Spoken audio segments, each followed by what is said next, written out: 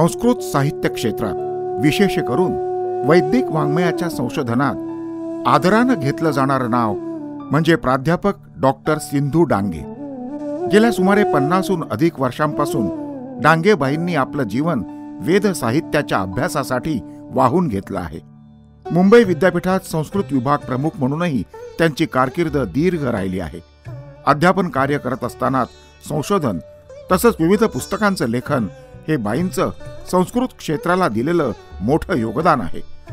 भारतीय साहित्याचा इतिहास, द भागवत पुराण, द मायथोसोशल स्टडी, बौद्ध धर्म आणि तत्वज्ञान, जैन धर्म आणि तत्वज्ञान, पुराणिक एटिमॉलॉजीज अँड फ्लेक्झिबल फॉर्म्स या ग्रंथ निर्मितीच्या अमूल्य योगदानासाठी मुंबई विद्यापीठ, महाराष्ट्र राज्य शासन, मनुष्यबळ विकास मंत्रालय, स्वाध्याय मंडळ पारडी, राष्ट्रीय संस्कृत संस्थान, श्री गंगेश्वरानंद प्रतिष्ठान नाशिक, एशियाटिक सोसायटी मुंबई इत्यादी संस्थांतर्फे बाईंचा सन्मान केला गेला आहे.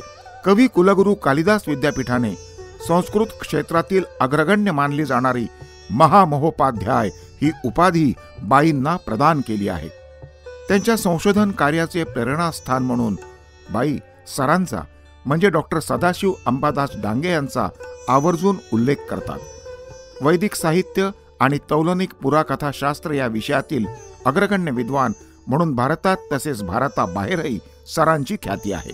डॉक्टर सदाशिव अंबादास डांगे आणि प्राध्यापक डॉक्टर सिंधू डांगे या दाम्पत्याच्या अविरत संशोधनाची दखल भारत शासनानेही राष्ट्रपती पुरस्कार हा सर्वोच्च सन्मान देऊन घेतली. उभयतांचा असा सन्मान होणं ही घटना दुर्मिळच म्हटली पाहिजे.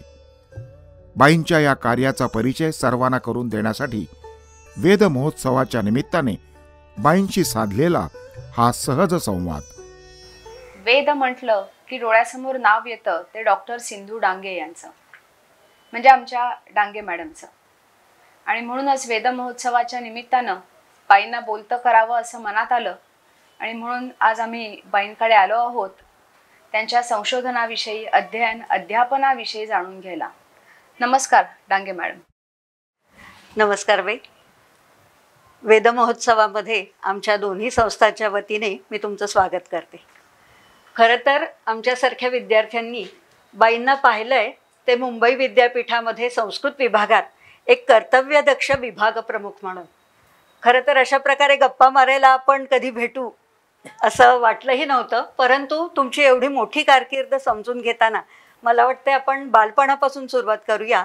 तुमच्या बालपणीच्या काही आठवणी, कुठे गेलं शिक्षण, कुठे झालं, असं काही सांगाल का आम्हाला? तसं म्हटलं तर माझं प्राथमिक शिक्षण असं बरोबर झालं नाही, कारण काय आमची संयुक्त कुटुंब होतं आणि अमरावतीला माझे काका होते. मग काही दिवस अमरावतीला, काही दिवस मुंबईला, त्यामुळे इतकी या प्राथमिक शिक्षणाची हेळसांड झाली की माझ्या वडिलांना नेहमी काळजी वाटायची की आता ही मुलगी कशी शिकणार, किती शिकणार. पण त्यावेळी ही सोय होती डबल प्रमोशनची, त्यामुळे पहिली दुसरी मी एकदम केली, तिसरी चौथी एकदम केली आणि मग मी DS हायस्कूलला आले 5वीमध्ये. त्या पूर्ण शाळेमध्ये मी सगळ्यात छोटी. माझा 1937चा जन्म आणि आले तेव्हा मी काय 7-8 वर्षाची होते 5वीत. आणि त्यावेळी असा काही नियम नव्हता की इतक्या वर्षातच मुलाला ॲडमिशन वगैरे, त्यामुळे होऊन गेलं. सगळे लोक म्हणायचे की काय तुम्ही या मुलीवर अभ्यासाचा ताण येईल, पण ठीक झालं. आणि मी 14व्या वर्षी SSC झाले, 11वी होतं त्यावेळी. पण मग संस्कृत शिकायचा निर्णय कधी घेतला? तर त्यावेळी मग वडिलांना वाटायचं की हिने संस्कृत शिकावं, तर त्याच्यामुळे जास्त. तर हे त्यावेळी इकडे आले होते माझ्या आतेबाबाचे मित्र म्हणून डॉक्टर डांगे. त्यावेळी डॉक्टर नव्हते, BA झालेले होते, MA करत होते. तर वडील म्हणाले की तुम्ही हिला तयार करा चांगली. मग ते शिकवणी होती ना. मग नंतर मी कॉलेजमध्ये पण मग ठरवलं आपण संस्कृतच घ्यायचं. अशी ती संस्कृत शिक्षणाला सुरुवात झाली. पण मग त्यावेळी खूप मुलं संस्कृत शिकत होते का? काय स्थिती शाळेमध्ये होती आणि कॉलेजमध्ये इतकी नव्हती BAला, पण सगळ्या कॉलेजेसमध्ये, सगळ्या महाविद्यालयांमध्ये संस्कृत विषय होता. आणि महाविद्यालय कुठलं तुमचं? आणि खूप स्पर्धा होती. आणि त्यावेळी फक्त BAला 2च बक्षिसं होती, भाऊदाजी आणि आचार्य, आणि ती अत्यंत प्रेस्टिजियस समजली जायची. तर प्रत्येक कॉलेजच्या संस्कृत डिपार्टमेंटच्या हेडना वाटायचं की नाही आपल्याकडे ती आली पाहिजे. मग आणि रुईयाला RR देशपांडे होते, म्हणजे बाकरेबाईंचे वडील, ते आम्हाला शिकवायचे. तर त्यांनाही असं वाटायचं की या मुलीचं, आणि त्यांना त्यावेळी कळलं होतं की हिचं लग्न ठरले आणि BA नंतर मी करणार होते लग्न. तर त्यांना असं वाटायचं की ही प्राइजेस मिळवते का नाही, लग्नाच्याच आवडीमध्ये राहते. तर म्हटलं नाही, पण मी मिळवून दिली ती प्राइजेस. पण MA मात्र मला नागपूरला करावं लागलं लग्नानंतर. नागपूरला जाण्याचं काय कारण हे नागपूरला होते ना, त्यामुळे मग हे खामगावला पहिले होते, तर नागपूर युनिव्हर्सिटीतून मग मी MA केलं. सरांची आणि तुमची ओळख कशी झाली हे तर तुम्ही सांगितलं, परंतु त्यानंतर तुम्ही संस्कृत विषयातच पुढे MA करावं असं अशी सरांची इच्छा होती का नाही, तुमची माझीच इच्छा? होती ना, कारण BAला प्राइजेस मिळाली होती.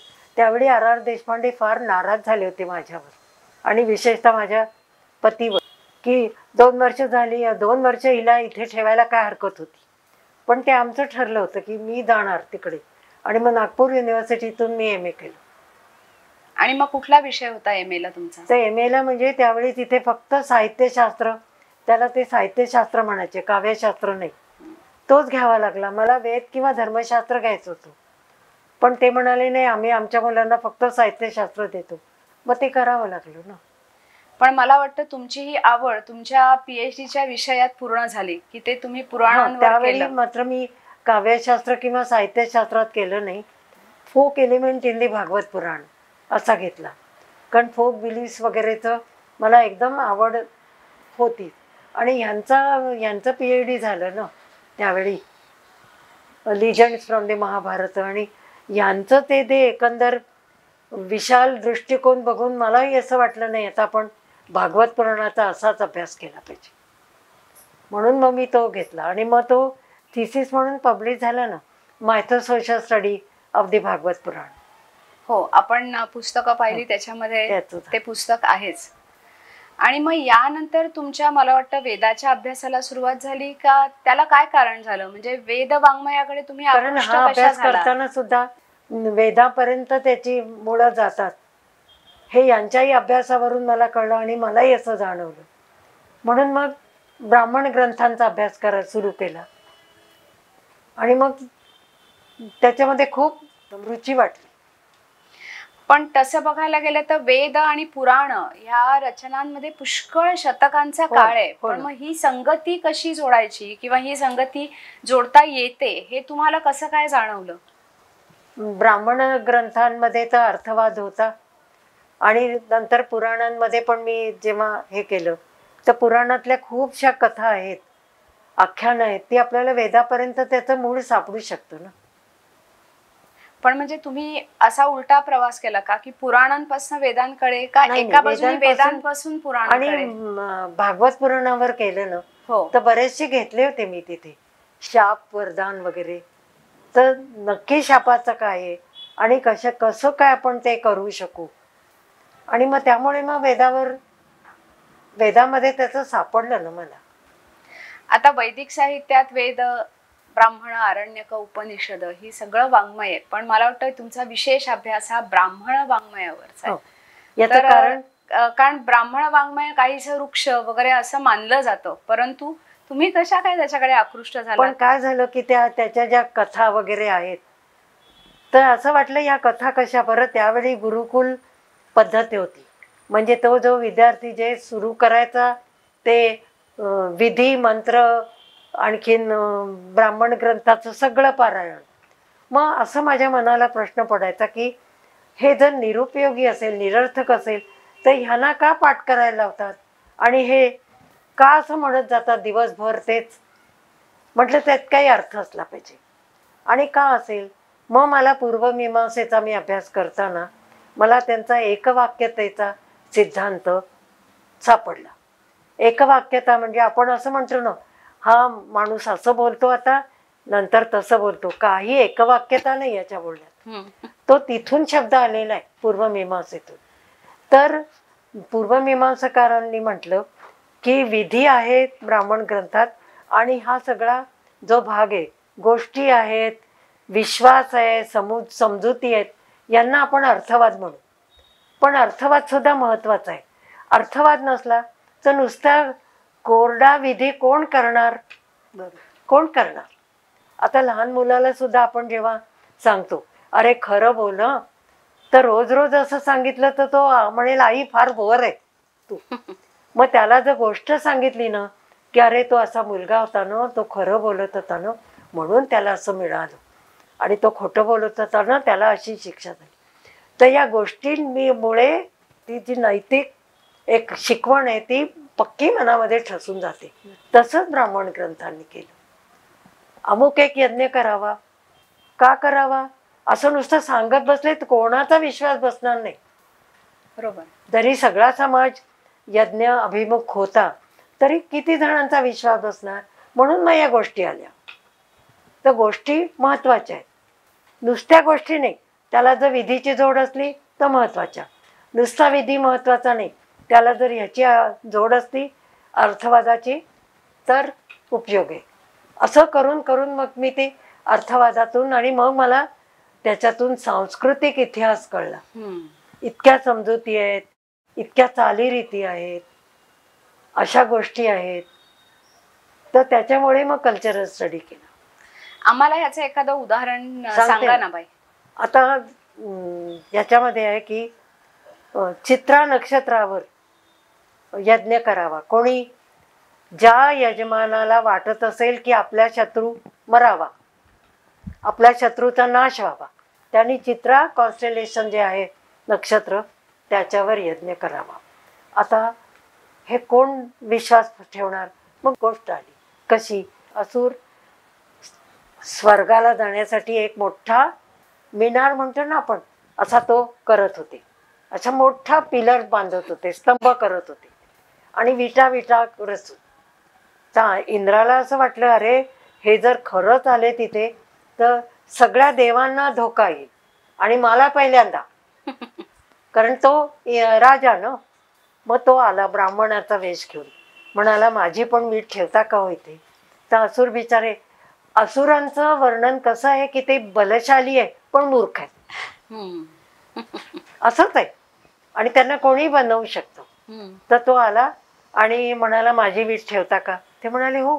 अगदी खालीच ठेवली त्यांनी, आणि तो अगदी स्तंभ आता होणार तेव्हा तो इंद्र म्हणाला नाही नाही मला माझी परत द्या, मला येवायचं तुमच्यात ते. तर सगळा खाली पडला आणि त्या विटेचं नाव होतं चित्रा.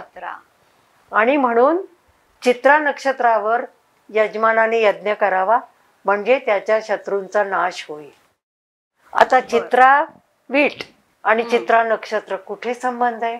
नुसतं नामसादृश्य हो, पण यांनी शतपथ ब्राह्मणाने ती गोष्ट दिलेली. अशा सोप्या सोप्या गोष्टी पण आहेत त्याच्यामध्ये, मनावर ठसवण्याकरता, मनावर ठसवण्यासाठी. अर्थवादाचं कसं की विधीतून नंतर श्रौतसूत्रांची वाढ झाली. हो, म्हणजे ते ऍक्च्युली कोडिफाय झालं सगळं, काही त्याच्यात बदल नाही. आणि अर्थवाद मात्र तो मोकळाच होता ना. त्यामुळे गाथा, नाराशंसी, श्लोक सगळे त्याच्यामध्ये आले या विधीला आधार देण्यासाठी म्हणून. आणि हे आले हे लौकिक परंपरेतून.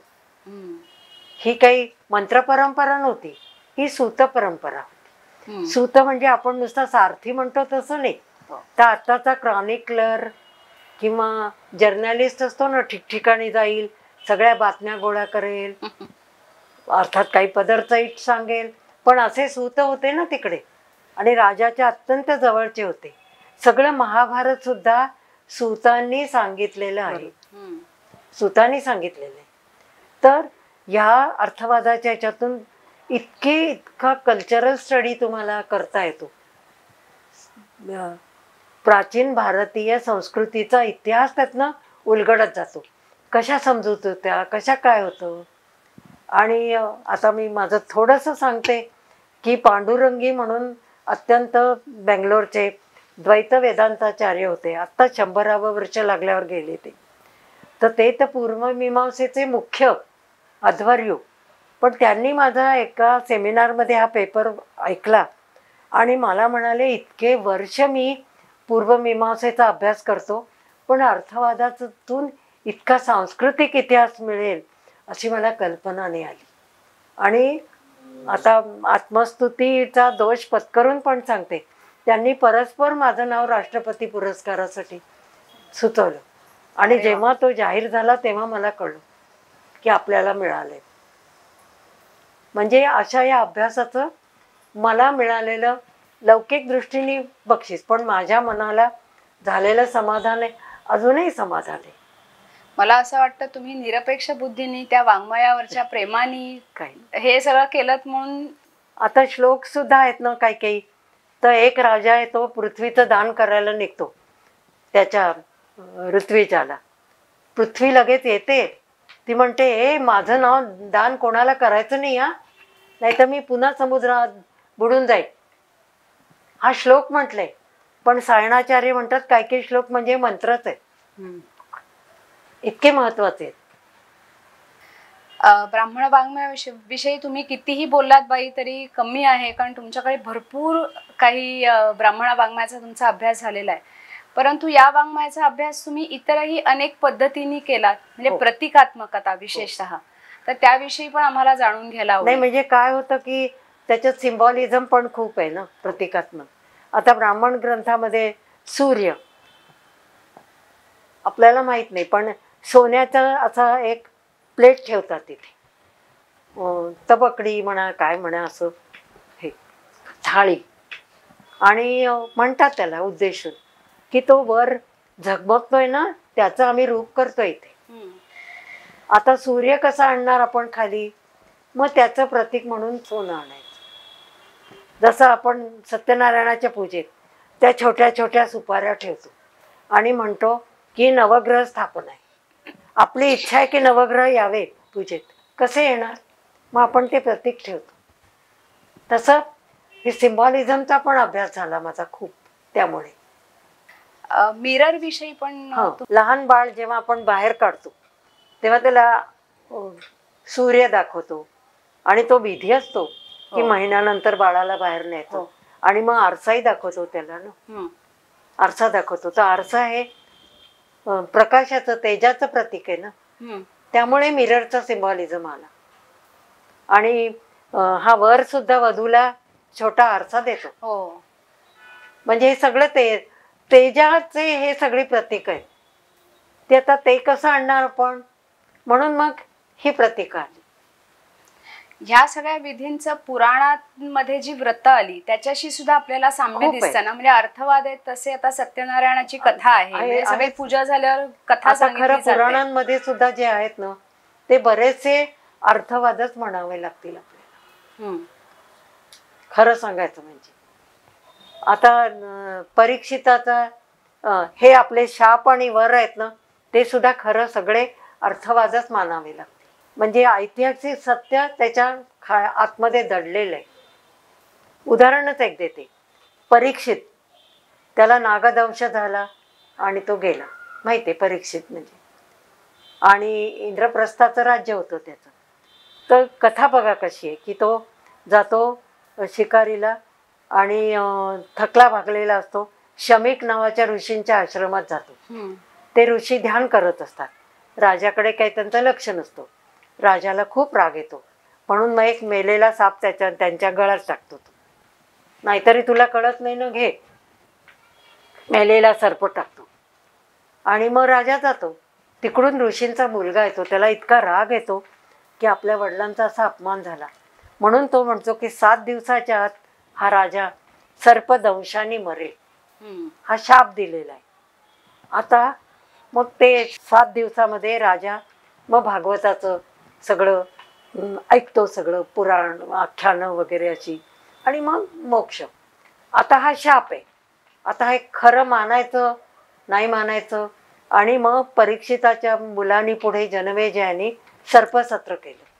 एक नाग मंत्र म्हटला की तिथे येऊन पडायचे, तिथे येऊन पडायचे. आणि इंद्राने कोणाला रक्षण दिलं तर इंद्राय स्वाहा तक्षकाय स्वाहा सगळे या. आता हे आपल्या म्हणजे विश्वासाच्या बाहेर आहे. आपली आत्ताची पिढी तर हे बिलकुल मान्य करणार नाही. असं असतं का? आता त्याच्यासाठी आपण ऋग्वेदापर्यंत जाऊ. ऋग्वेदाच्या वेळी हे सर्प जमात होती ती आर्यांमध्ये अशी एकत्रित होण्यासाठी धडपडत होती. आणि आर्यांनी सुद्धा त्यांना मान दिला होता असं नाही. कारण आर्य आपला समाजच असा आहे की तो सगळ्यांना सामावून घेतो. सगळ्यांना सामावून घेतो आणि तीच अजूनही ती सहिष्णुता आहे आपल्यामध्ये. तर त्यावेळी सर्प ऋषी होते आणि त्या सर्प ऋषींचे 4 सूक्त दशम मंडलामध्ये आहेत. दशम मंडलात आहे. अर्बुद काद्रवेय आहे, हे आहे ते आहे. नंतर ऐतरेय ब्राह्मणामध्ये एक कथा आहे. देव यज्ञ करत होते आणि त्यांचा यज्ञ काही सफळ होत नव्हता आणि त्यावेळी सोम म्हणजे पाटावर म्हणतात जशी अशी चटणी वाटतो तशी किंवा मुसळात उखळ घालून कांडून दोन्ही पद्धती होत्या सोमरस काढण्याच्या. तर ते करत होते असे वाटण. आणि तिकडून ते सर्प ऋषी आले. ते म्हणाले काय हो काय यज्ञ करता? तर देव म्हणाले आमचा यज्ञ काही सफळ होत नाही. बरोबर आहे म्हणे. तुम्ही मध्यान्ह वेळी ही या दगडांची स्तुती नाही करत त्याच्यामुळे ते रागवतात. तुम्ही सकाळी करता संध्याकाळी करता पण मधल्या वेळी पण असतो. प्रातःसवन माध्यान्ह सवन आणि सायं सवन 3 वेळा तो सम रगडल्या जायचा. 3 वेळा देवांना अर्पण केला जायचा. तर मग ते सर्प म्हणाले तुम्हाला माहित नाही ना आम्ही मंत्र सांगतो. पण देवांना असं वाटलं अरे बापरे हे आले आणि यांची दृष्ट लागली तर.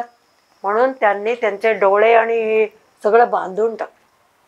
मिटलेल्या डोळ्यांनी तुम्ही सोम रगडा आणि मग आमचा यज्ञ होईल. तर झाला. आता ही पद्धत पुढे चालू आली आणि मधला जो तो सोम रगडणारा ऋत्विज होता ना त्याचं नाव ठेवलं ग्रावस्तुत. ग्रावन म्हणजे ते वाटाचे दगड आणि त्यांची स्तुती करणारा. आणि एका यज्ञामध्ये त्या ग्रावस्तुत ऋत्विजाला एक विधी आहे. त्याला अशी पगडी देतात कारण ते डोळे बांधले होते आणि हे केलं होतं ना. आता आपल्याकडे पण टोपी वगैरे घालायची पद्धत आहे औक्षवण करताना वगैरे. नाही तर नुसता हात तरी ठेवतात. ही तिथून आलेली आहे. ब्राह्मण ग्रंथांच्या काही शतक आधीपासून ती आली. ग्रावस्तुते उष्णिश प्रदानम. उष्णिश म्हणजे हे पागोट. आणि हेच पुढे आलं म्हणजे हे सर्प झाले नंतर.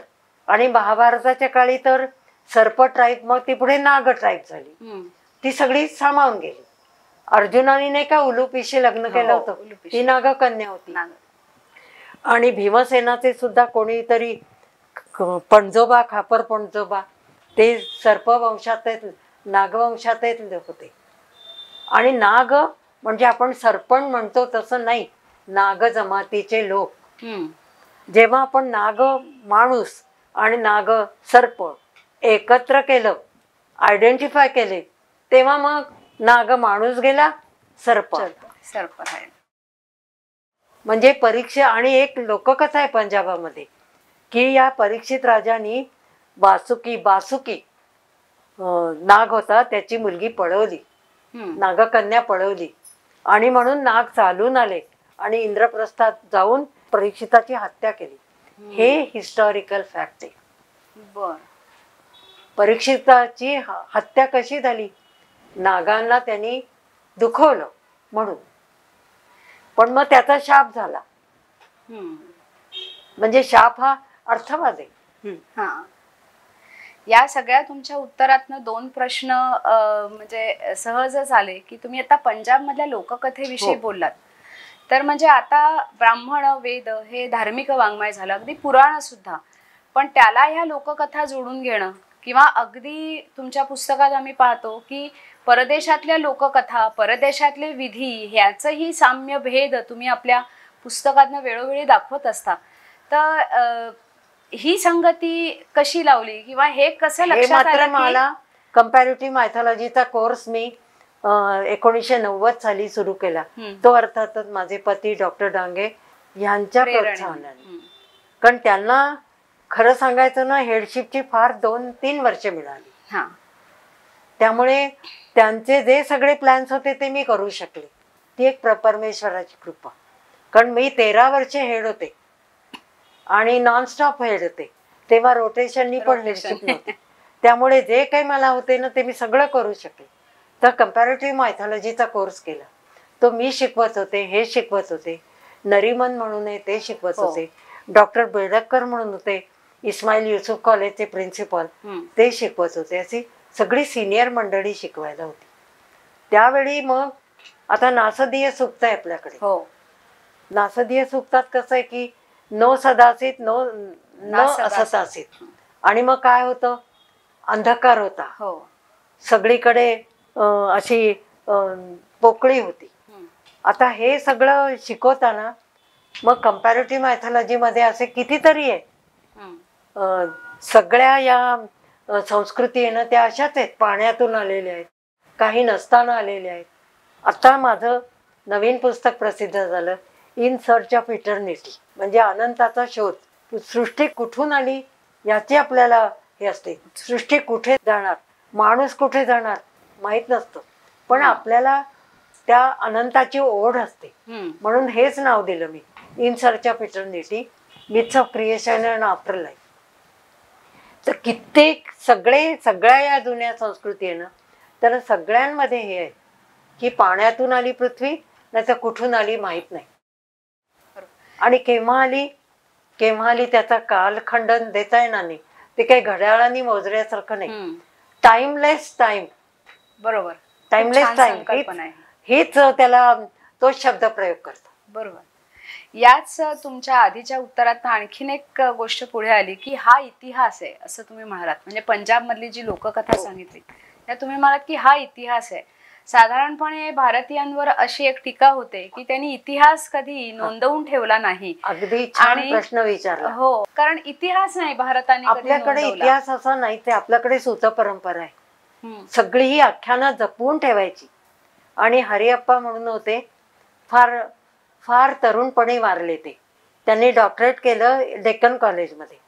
तर त्यांनी बरोबर सगळं हे केलेलं आहे की ऋग्वेदाच्या आधीपासून ही परंपरा होती आणि ही सगळी मौखिक परंपरा होती. आता मौखिक परंपरा ही आपल्या संस्कृतीला मिळालेली अगदी हायेस्ट देणगी आहे.